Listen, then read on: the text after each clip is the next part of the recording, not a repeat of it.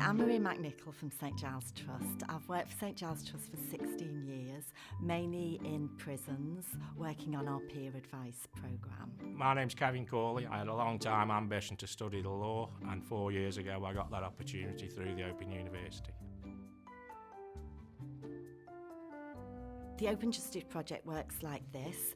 A group of final year law students come into a prison 3 times over a 3-month period, and they work with our group of peer advisors. Why peer advisors? Because they're the prisoners recruited specifically to work in a peer support role in the prison. They're there from the minute you come in prison. They're in reception, they're on the induction rings, they're in education, and they're supporting the other prisoners to move on with their lives. The remit was to visit one of the local prisons on 3 occasions with a couple of other students. The peer advisors asked us to access information which they did not have access to in prison. The OU students were prepared to discuss what aspect of law would be most advantageous for them to know about and for them to maybe develop some sort of resource on.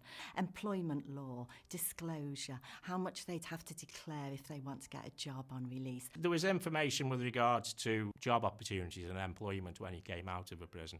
What we actually were able to do was provide them with a table of jobs that would require certain levels of disclosure, the type of sentences that would definitely have to be disclosed on any application form, and also where they didn't have to disclose any information as well, because there is jobs out there where they didn't necessarily have to disclose information. If somebody wanted a bank account and they'd been in prison and they hadn't got a current bank account, they might come out and they might need benefits paying into somewhere.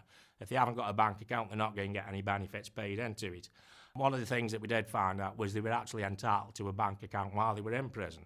We found out a vast amount of information with regards to housing associations that would accommodate people that have just been released from prison, contact telephone numbers, email addresses, websites.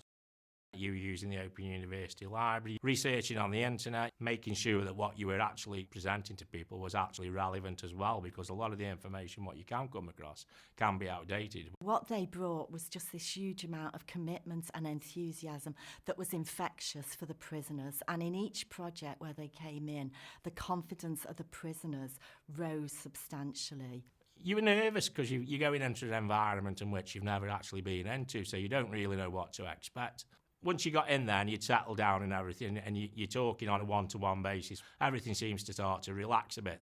We discussed about presenting the information in a format which was accessible, and we had a 30-odd page document in the end that we actually were able to present to them. We felt it was positive, having the opportunity to make a difference to somebody. When you just come out of prison, you're confused, you don't know where you're going, you find yourself outside the gates. But if they can't get access to information which will help to keep them out of prison, then it's just completely defeating the object.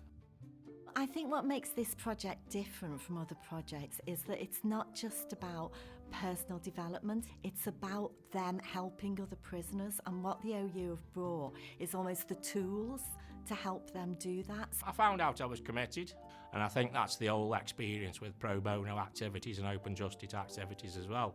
You've got to be committed, you've got to be prepared. If you are that and you grab the opportunities that do arise, then you will get the rewards at the end.